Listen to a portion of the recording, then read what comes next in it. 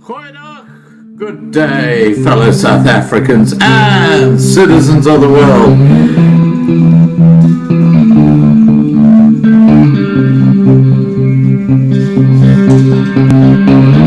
I've been looking around for salvation. I've been looking around for the truth. All around me I see frustration,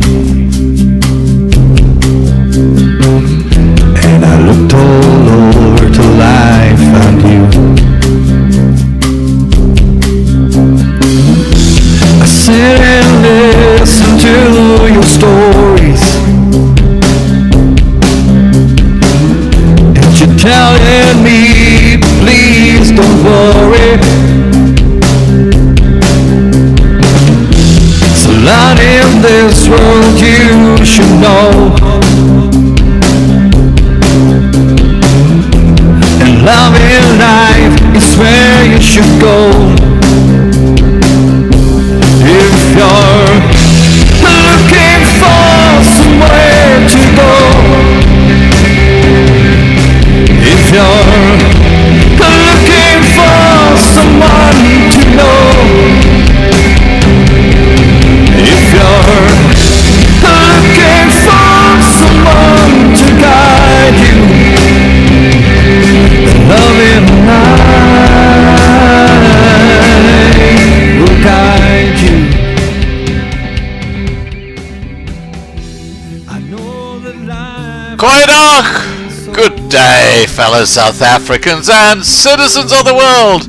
And if you're in South Africa and watching, my gosh, I'm absolutely blown away by your loyalty, because it's 1 o'clock in the morning there.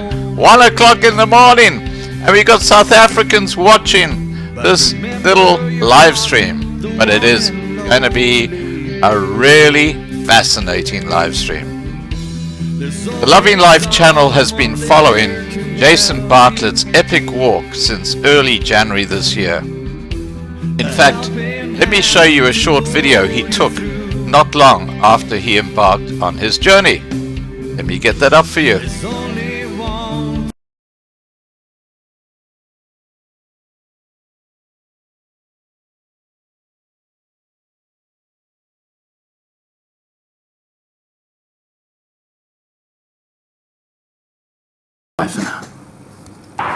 As I come into the city of Rockdale, I'm just thinking to myself, I've got a long way to go for the day still.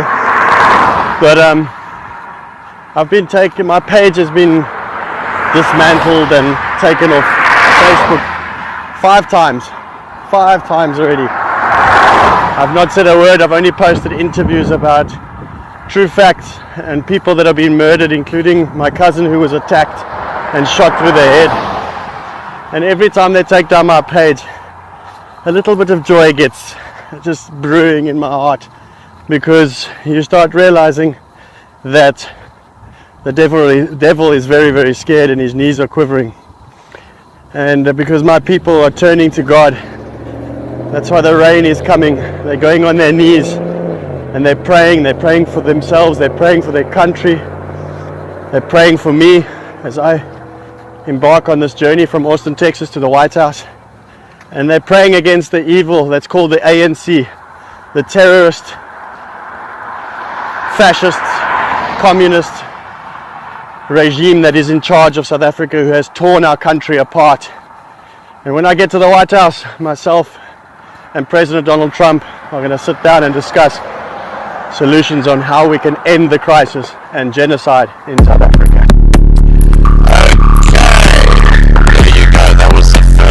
Recording that we had of Jason. Now that was back in early January this year. That's how long he's been on this epic walk. This epic video was taken in the first week of January, before the coronavirus threw a spanner in the works. Undaunted, he took a job on a farm, and once interstate borders opened up again, he resumed his epic journey. Tomorrow Jason reaches the White House and will once again go live with us at 8 p.m. Johannesburg time on Wednesday. Yeah, that's later today, South African time. That's in about what? Let me work it out. That's about 20 hours from now, approximately. During this live stream, the last Bonnie Hut Big 5 painting will be sold, the Buffalo, which has a current bid of 15,000 Rand on it. And optionally, winning bidder will be able to get the signatures of Jason Bartlett and Mavis Hutchinson in this area around here. You know what I'm talking about, this area around here, underneath the horn. But that's happening tomorrow night at 8 p.m. And the proceeds from the auction will go to help fund Jason's epic walk. Tomorrow will be an most memorable day of this extraordinary young man's life as he achieves an epic goal and hopefully gets to sit down with President Donald Trump to discuss the plight of the farmers in South Africa. Let me show you a map of the United States to bring into context how far Jason Bartlett has walked. Here we go. Okay, he started his journey down here in Austin, Texas. And he has walked right across up to here, to Washington, D.C. There we go, Washington, D.C. That's where he is right now, just on the outskirts of Washington, D.C. and the White House. What an incredible, epic journey.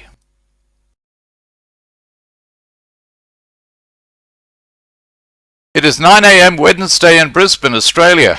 It is 1 a.m. Wednesday in Johannesburg, South Africa. And it is 7 p.m. Tuesday in Washington, D.C. You got to love these time zones.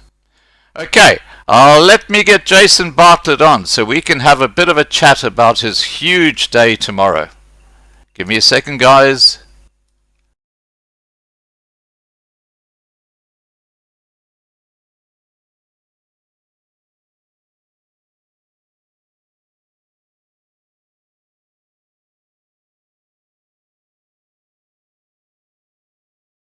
You gotta love computers, haven't you?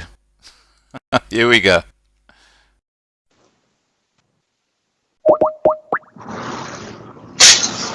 Hello, Scott. Hi, Jason. How are you, buddy? I am very well and excited, and yourself? Ah, look, you must be absolutely bursting at the seams. I mean, you've been going since early January.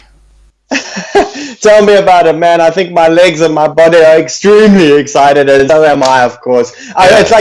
It's a bittersweet, of course. I mean, I've enjoyed it. I've met so many lovely people, including the people I'm staying at now along the journey. And but I'm also looking forward to going home and being able to cook a meal and just live a half normal life after all this. But yes, I am ecstatic.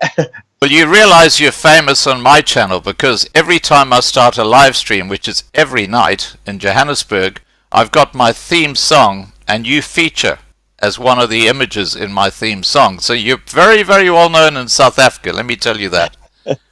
Well, that's only by God's grace. Thank you very much. I appreciate all your work, and I'm sure everybody does as well. So hello, everybody. I'm excited. I hope you are too. Now, Jason, tomorrow you are walking into Washington, D.C., and you are going to be going to the White House. I don't know whether it's tomorrow or the next day. I know there's stuff you can say and you can't say, and I appreciate that. So what can you tell us about that without, compromising your position? Okay, well, let's get it. Tomorrow is Wednesday. I physically arrive at the White House, and the gates aren't going to fly open, and it doesn't work like that. That's just me finishing my actual journey. I will be cycling, and then probably the last few hundred meters I will be pushing it and get a couple of photos and make a video or two, and then I'm going to leave there and I go to a hotel, and the next day I have a couple of meetings, two in fact, that's why I say a couple, and I've already received feedback what they'll be about, and it's very positive, and of course we'll only see the fruits of this in a little while. It doesn't happen overnight, but there are a lot of positives. I will be presenting my business plan for our actual farmers to come from South Africa, the ones that want to and the ones that have to the United States. I will be presenting it to some very, very important people. And that's pretty much all I can give away, but it has already been seen, and I've got the backing. And even though my GoFundMe account was closed down, the good Lord has opened doors that people can't shut, and these doors are even bigger than I could have imagined. So that's all I can pretty much say on that one. Now let me put this question to you. I have a space for Friday night at 8 p.m. Johannesburg time. Would you be able to go live with me then to tell us exactly what happens on Thursday? I can't answer that yet because I'll probably be on the road and I don't know about my signal. Let's talk about that during tomorrow. I would say I could maybe, because I'm actually going home on Friday, so I'm looking forward to it, and I think I want to just get a one horse. I'm going to be renting a vehicle and just going through, so let's chat about that, but I can't give away too much, Scott, just for my own safety. And the main thing is the publicity for the people that are helping, because the publicity that they're going to get, everybody knows what's happening in South Africa. It's all about race. It's a fabricated race story, and they're just going to pin the two together and they're going to just devour these people. So I really have to be cautious and as wise as a snake and as subtle as a dove. You should have said as loving as a dove. Well, as loving as a dove, yeah.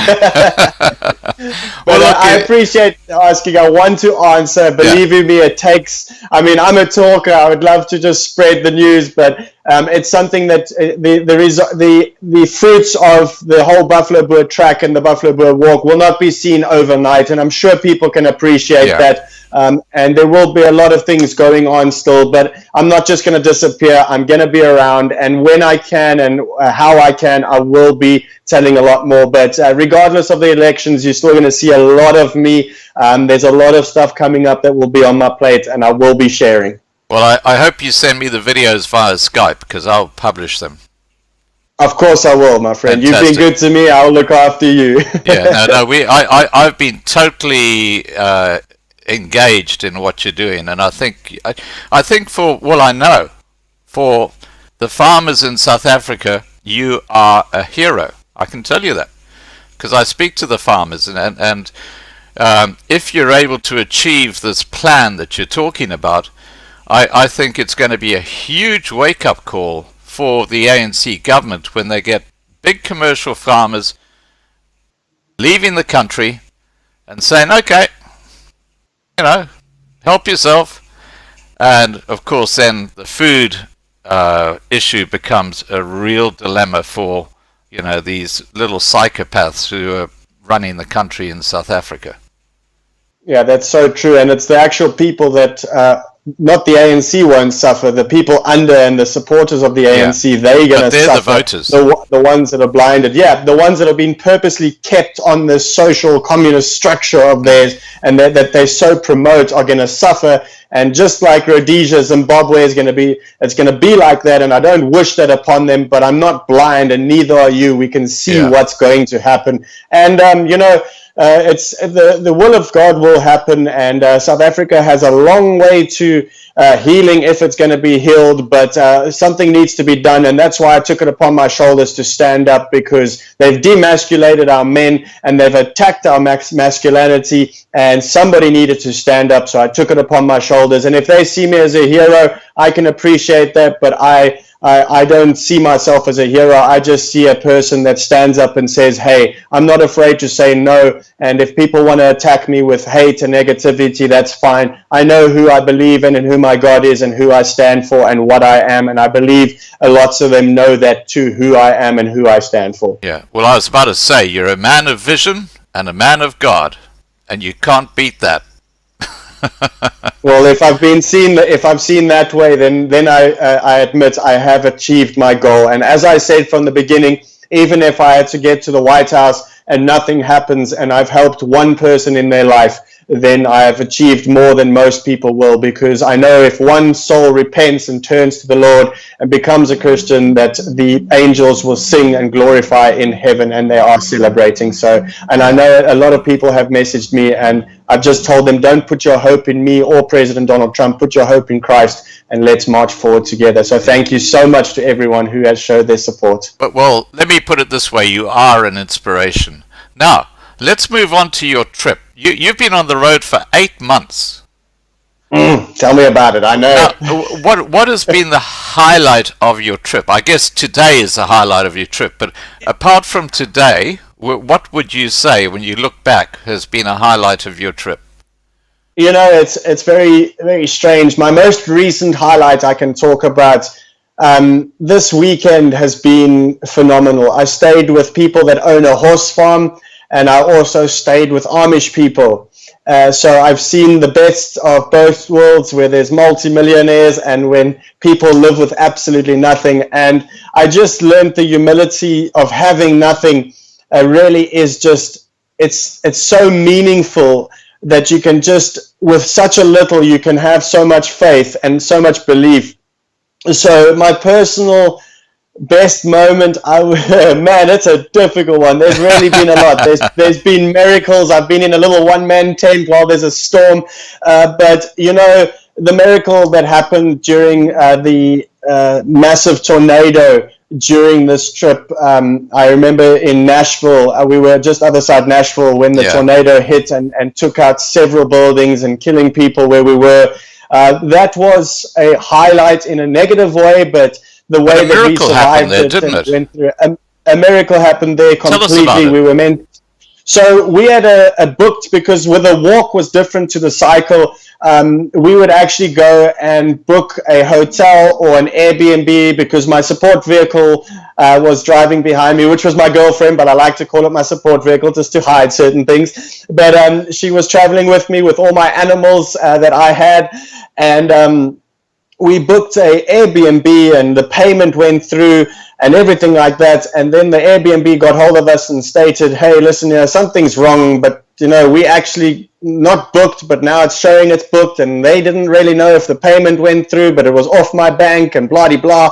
And then we're just like, okay, we'll just refund us and we'll book somewhere else. So we actually only could find one place, and it was this camper, this RV camper about 15 miles north of this town where that was going to be devastated. And the next day we realized the whole Airbnb was destroyed by that tornado. Wow. So, you know, and several homes were destroyed. This Airbnb was destroyed. I actually personally just fell down and wept. And I'm just like, you know, sometimes you just need to listen sooner, because when you listen to that voice that's within you, you just need to realize who it is and what it is. And you just need to obey sometimes. And I think the obedience that I've learned out of this journey is just unfathomable compared to everything. And also just to, another thing, Scott, that I've learned, especially in the last week, is without, you know, like it says in Corinthians 1 verse 13, chapter 13, without love, we are just nothing. We are absolutely nothing. But it's very difficult to do what I'm doing and only show love. But I try to put a smile on all the time. I didn't try to be resentful, because I serve a mighty God and I know He's overcome the world already. But if you think about it, what I'm doing is very morbid. I'm standing up for farmers that have been brutally raped, murdered, tortured, and but it doesn't help. I focus on the hatred and the backbiting of people and start becoming resentful, because then I lose myself within the journey.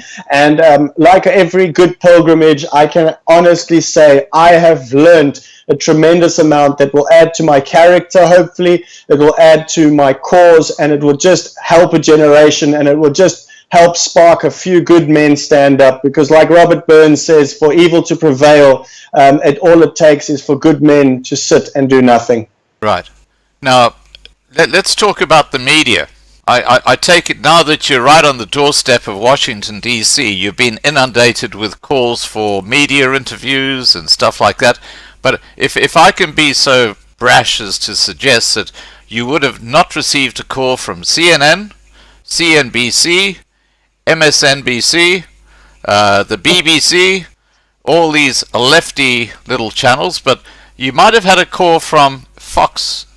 Well, look, I'm not going to presume anything, but Fox could be one that's contacted you, but the rest of the mainstream media in America, sadly, and I'm talking mainly the television media, because there's a raft of radio stations, but the rest of the mainstream television media wouldn't go near you with a barge pole, because you're going to expose the truth about what's going on in South Africa.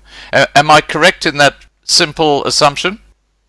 Yes, you are correct. I can definitely say I have been contacted by very big ones, and I'm looking forward to them. I've turned a lot down because what they try to do is they try and make my narrative fit with theirs, and I'm not for that at all. And I've also, noticed that my phone has never rang with CNN or anybody like that because I don't fit their narrative at all. I'm sure they know about me and have thought about it, but I'm not going to put myself in a spot where they're going to try to use me, because you know what card they're going to use? They're going to use the race card. It's always about race card. That's all they've got. Global warming is no longer a factor. Feminism is no longer a factor. It's now the race card, and they love this. Oh, this guy's just apartheid, even though he stands up for. I'm standing up. Yeah, exactly. I'm standing up for everybody in South Africa. Everybody states like, okay, but what about the 21,000 other people murdered? I'm like, well, I'm standing up for them, but why are you worried about how many people are being murdered? I've stood up. What are you guys doing? Stand up and say something. Stop using the race card and falling for these guys that are using you as puppets. Like, stand up and say, hey, we black, we colored, we whatever color we are, and stand up and say, hey, this is a problem. Let's stand together. But they don't want to stand together because they've purposely divided us, and it's because of the mainstream media. That's why you don't see me on certain ones. But yes, I have been contacted by some big ones, and as I say, after this, I'm not disappearing. So sorry for all you people that don't like me. I'm going to be around for a while. I'm getting used to this. I'm starting to speak better. By the way, I'm going to have a YouTube channel coming out in the near future, and I've got a long waiting list on that one with some very big names here in America and South Africa and around the world. So I'm looking forward to it. Fantastic. Well, I have to share a secret with you.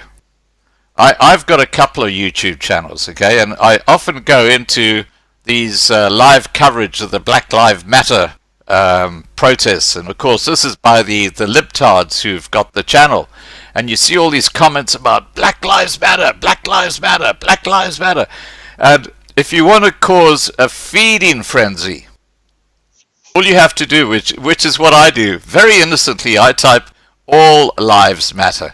And it's like, wow, it's like the piranha are coming and circling the carcass, It's quite incredible to watch.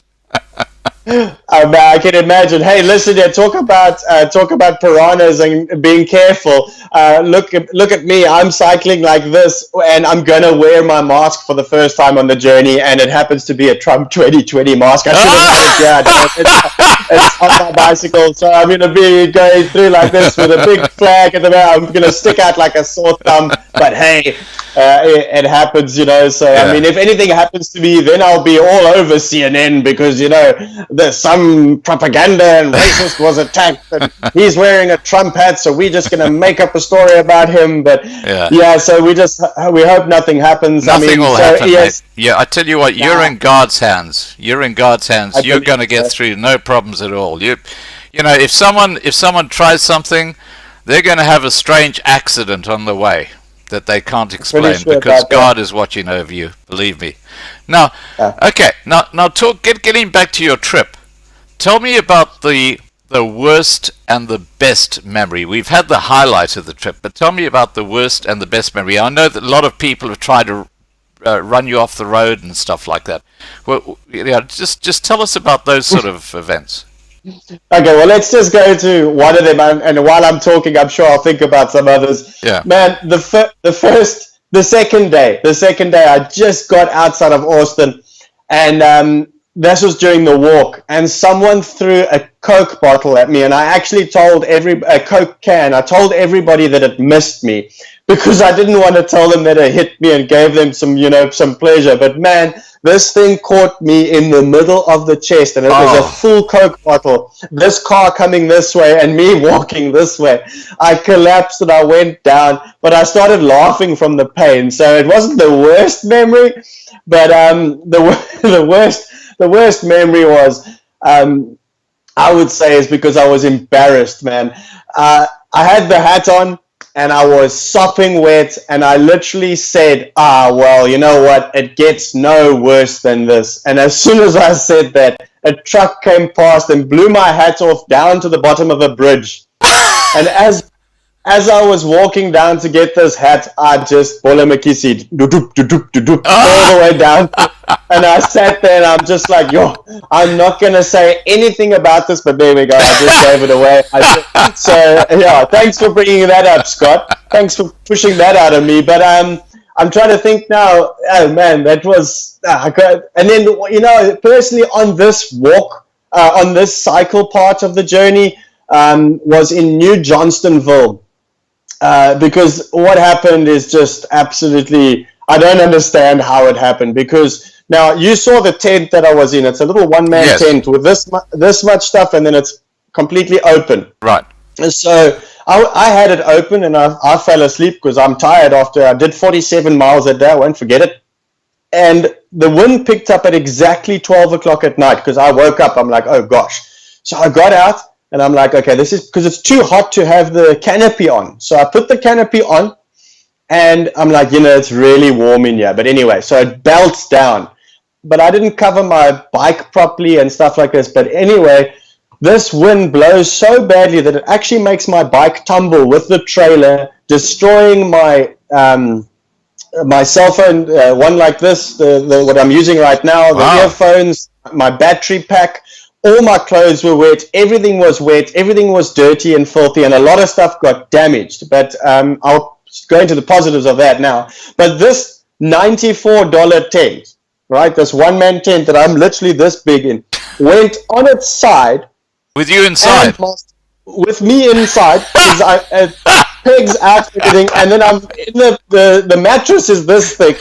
Boom, that goes flat, and I'm in my sleeping bag, and it's getting so bad. After 2 hours, I realized, well, somehow, some magical way, miraculous way, I'm not even wet. I wasn't wet at all. So I just went like, well, I literally said, well, bugger this, I'm going to sleep. And I closed my eyes and I slept through the whole thing. And then the next day, I woke up and the RVs were damaged. Everything, my bicycle was upside down, but I got up like a normal day. Everybody's already cleaning up. I woke up at like 9 o'clock in the morning only. I'm like, okay, well, that was not that bad, but everything was destroyed around me. So that was really, it was heartwarming. A person really learns to laugh when you have calamities and bad things. And the positive thing is about that, when I made a joke about it the next day, I said, hey, everything got destroyed and so on. And all of a sudden, people contacted me and said, what do you need? And they sent it to me to the house that where I was going to stay. I received new stuff and better stuff. While lots of people were laughing at me, I received better stuff. So I'm like, wait, well, keep up the laughter. I've been blessed more than you can think. So it really was, I've got one. So it was really good. So one last one. Sorry, man. Yeah, I had 3 people on the whole cycle honk at me. The one guy I thought was being negative to me, but he was actually being nice. The second guy, he honked at me and went, flipped me off. But then and I'm like, where must I ride? It literally about 100 meters before that said, share the road with a bicycle sign. Yeah. And I'm like, where must I ride? And then he's looking back at me and goes off the road and has to swerve back on the road. Like, I'm definitely being looked after. But then, so there was an old toppy now. Now this guy's behind me.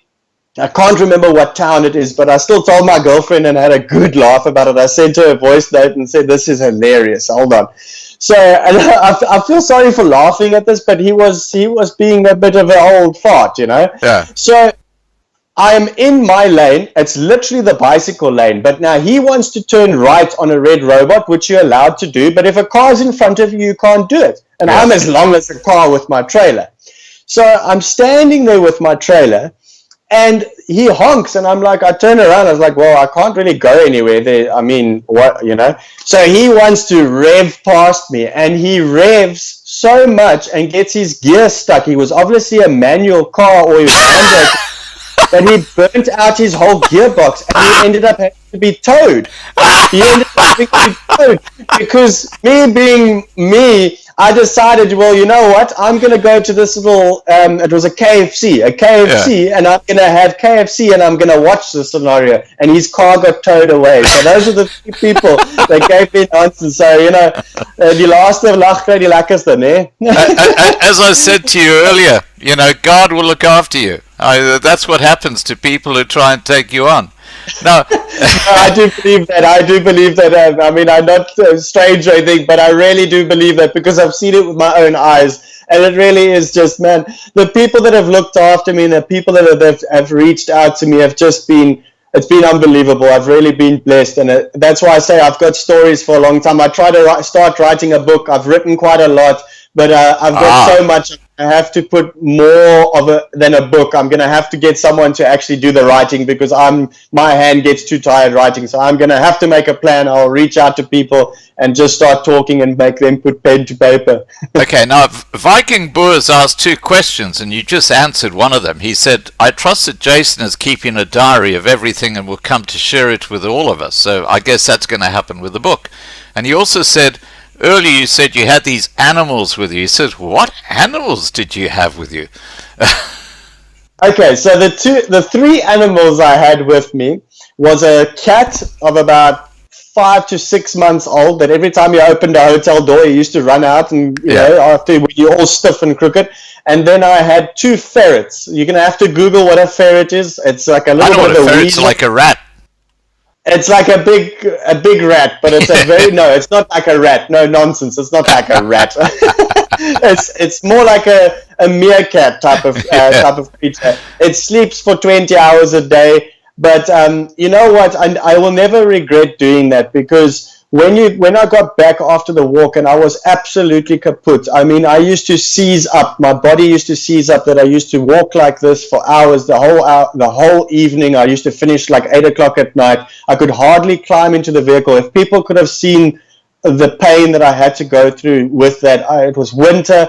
I literally cried and I pulled myself into the vehicle, but I managed to do interviews and smile. And the reason I could do that, not only because of the grace of God, but those little creatures just pick up your morale because you've got to look after them and they do little funny things. And I really just admired it. It really did carry me a lot. You know, the Word of God carried me through. Yeah. And just little moments like that, Scott, really, it changes your life. And I'm very proud of myself, to be frank. I think I stuck it through. A lot of people showed a lot of hate. A lot of people were negative. And I understand. I mean, what I'm doing is not nice, but someone has to do it. And I stand for all people of all colors. I'm not a racist. I don't stand against black people. I'm actually doing this for them as well in South Africa. For the ones that are suffering, the millions that are suffering, I'm doing it for them. And I'm doing it for this white South African farmers mostly, of course, because I relate to them. I've got family members. I've got friends. I've got a church community who's suffering. And, you know, I really have done this out of the goodness of my heart. If I've offended anybody, it's not on purpose. It's because I have listened to the Lord. He put this on my heart, and I said to him, if this is you, Lord, open the doors. And he's opened doors. And when people like all these negative people go and complain and close my GoFundMe down and they think they're successful, then just realize that they're not successful, because 2 days after that, I received news that my whole campaign is going to be funded more than I could have ever imagined. Fantastic. So it really is just, I'm ecstatic to say it, man. Well, I can tell you there is a serious spiritual war going out there, and what you got is the foot soldiers on the dark side who are doing their damnedest to try and stop you, and they've failed. That's the bottom line. Now, we talked about your epic journey. This coronavirus had a huge impact on your journey, didn't it? I mean, you were like doing 50 miles a day walking and stuff like that, and all of a sudden the coronavirus came along and you were stuck. So What happened for those few months where you were stuck because of this coronavirus? I know you went farming. Tell us about that. Yeah. So what happened is we decided to go back to Texas just after that tornado. Several days after the tornado, we left and we drove back, thinking that we were going to sit back for 2 weeks. I literally said, okay, 2 weeks, and then Trump had announced that we have to be, preferably stay at home for 15 days to slow the curve. Before we knew it was a political push from the left. So I stayed there, and obviously I sacrificed my job. I had given up my job. I had no work. I had no income, but of course people looked after me and their donations looked after me. It covered the rent, and it really did help. And I said, well, I mean, I can't just sit here and rely on people's donations. I need to work as well.